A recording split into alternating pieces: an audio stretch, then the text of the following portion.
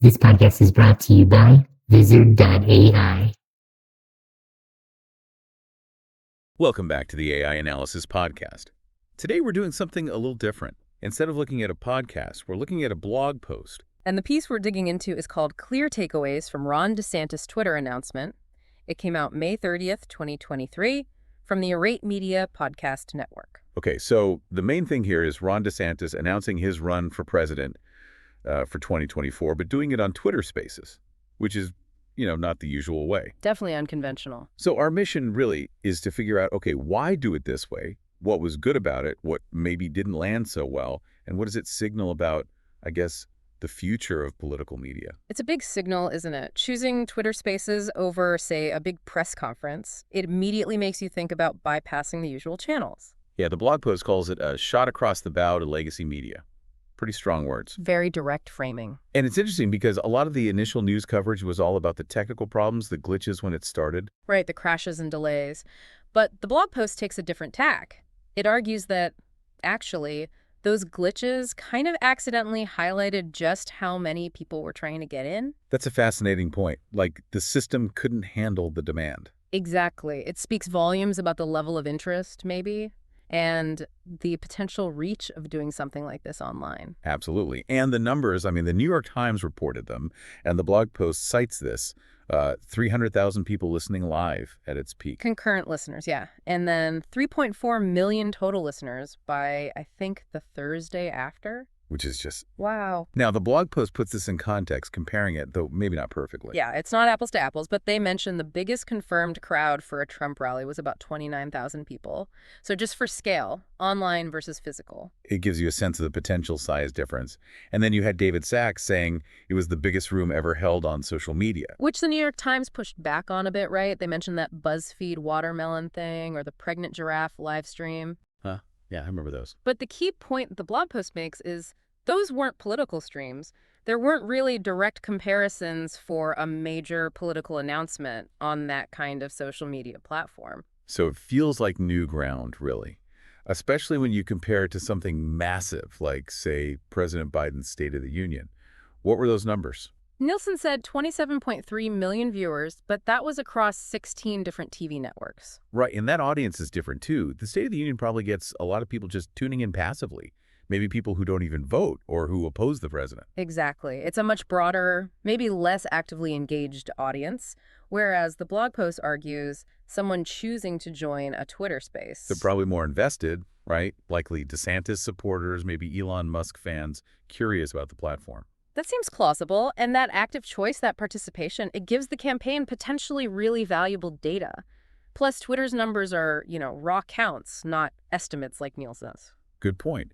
This is also a huge test for Twitter itself and for Elon Musk. Oh, absolutely. Testing the tech, testing the public reaction to having politicians directly accessible like this.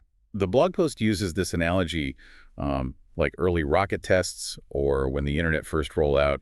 You expect some bumps, some failures even. And those failures lead to improvements, right? You learn, you make it stronger. So maybe this sets the stage for Twitter becoming, a place for political debates in the future. It's definitely a possibility being floated. That direct interaction, even if it was mostly friendly questions this first time, it's a very different feel from a polished TV debate.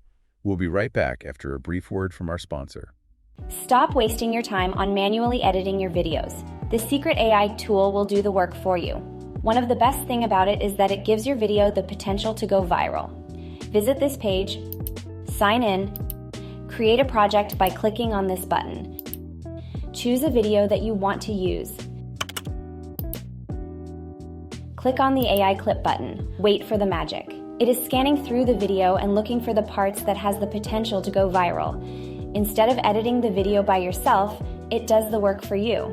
It even generates headline and captions which fit your video. Another surprise is that they generate video description or social post for you to use. Once done, click Export to Post.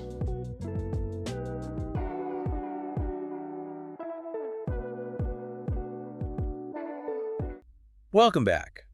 We were just talking about what this Twitter Spaces event meant for the platform itself, But the blog post also dives into, well, how DeSantis actually came across and the policies he talked about. Right. And one thing the Post highlights is that DeSantis seemed pretty knowledgeable on specific policies. It gives the example of Representative Thomas Massey asking about the REINS Act. The REINS Act, remind me. Yeah, it stands for Regulations from the Executive in Need of Scrutiny Act.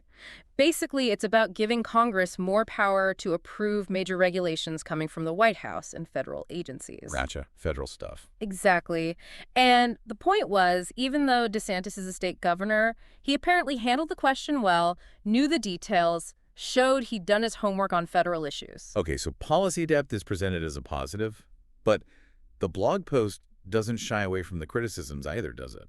Not at all. It brings up his focus on the war on woke, which, clearly plays well with parts of his base. But the question is, does it alienate more moderate voters? That's the perennial question with base mobilization versus broader appeal. And the blog post flags the concern that some of his actions, especially things already done in Florida, might just be seen as too extreme for a general election nationwide. Like what specifically? Does it mention examples? It does. It points to Florida's new immigration law, discusses potential impacts on DACA recipients, like losing in-state tuition rates or not being eligible for the Florida bar anymore. Also mentions data collection requirements at hospitals and these reports of labor shortages in some sectors after the law passed. These are things that get national attention. Yeah, those kinds of impacts definitely raise questions for voters across the country. What about the education stuff? DEI. That comes up too. DEI, diversity, equity, and inclusion. It's a big focus in academia, and DeSantis has pushed back hard against it in Florida. And the blog post talks about his idea for alternative accreditation bodies. Right. Suggesting these new bodies could deny accreditation to schools that do have DEI programs. The post raises the question of whether that's just, fighting one ideology by imposing another. Kind of the opposite side of the same coin is the phrasing used, I think. Interesting framing. Finding that balance is tough. It really is. And it touches on the teaching of gender and sex ideology in schools, too. Acknowledges most people agree it doesn't belong in, elementary school. But it gets trickier later on. Yeah, middle school, high school. The lines get blurrier, the disagreements sharper. And there's this concern mentioned about teachers feeling scared to even support LGBTQ plus students because the climate is so charged. That's a really difficult situation for educators and students alike. Absolutely. And switching gears slightly, the blog post also casts a critical eye on Twitter itself, questioning how much of a truly open free speech platform it was in this instance. Because Elon Musk is ultimately in charge. That's part of it. Despite the talk of openness, the owner still holds the keys, right? The potential for control, maybe even censorship is still there. And the questions asked during the event? Apparently they all came from supporters. The blog post notes this, suggesting it wasn't really a test of how DeSantis handles tough or critical questions from legitimate opponents. So seeing him engage with critics later on would be more revealing. That's the implication, yeah. A more robust test of both DeSantis and the platform's openness. Okay, and what about the purely technical aspects beyond the initial glitches? Well, the post acknowledges the glitches happened, even if it doesn't dwell on them, like maybe some other outlets did. It wasn't a perfectly smooth launch, clearly. And the format itself. Yeah. Just audio. Right. The lack of video was noted as a potential drawback. We're just so used to seeing politicians now on YouTube, TikTok, everywhere. Audio only feels a bit old school, maybe. Though the post expects that'll probably change for future Twitter events. Seems likely. Another point made was the lack of a visual audience. That sea of faces, the cheering crowd you get at a rally. That energy wasn't there. Exactly. That sort of visible enthusiasm can add a lot of impact, and a Twitter space just doesn't have that component. And finally, DeSantis' actual delivery, his speaking style. Yeah, the blog post brings up that criticism you sometimes hear that he can sound like he's reading a speech, even when he's not. A bit stiff, perhaps. Okay. And the suggestion made in the post is that, running for president isn't just a policy debate. He needs to be ready for a fight, not just a debate, implying a need for maybe a more dynamic, combative style at times. Right. More back and forth, more punching. Something like that, yeah. Yeah. Needs to project that readiness for the rough and tumble of a campaign.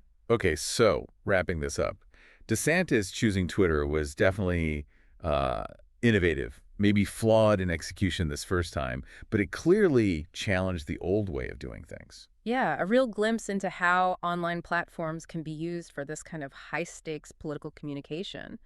showed his strengths with his base, like the policy stuff. But also highlighted potential weaknesses for a broader audience, maybe some of the policy specifics or the woke focus. And the data angle is interesting too, getting a direct read on that online engagement. So for you listening, thinking about this event helps understand how political campaigns are changing their strategies. You see the pros and cons of using these different platforms to reach voters. Which leaves us with a final thought to chew on, I suppose. Given the way this unfolded, the directness of it, the data generated, what does this really signal for the future? Are we heading towards more candidates trying to talk directly to voters like this, cutting out traditional media more and more? And if so, what are the real benefits and what are the potential risks of bypassing those traditional gatekeepers entirely? Something to keep thinking about.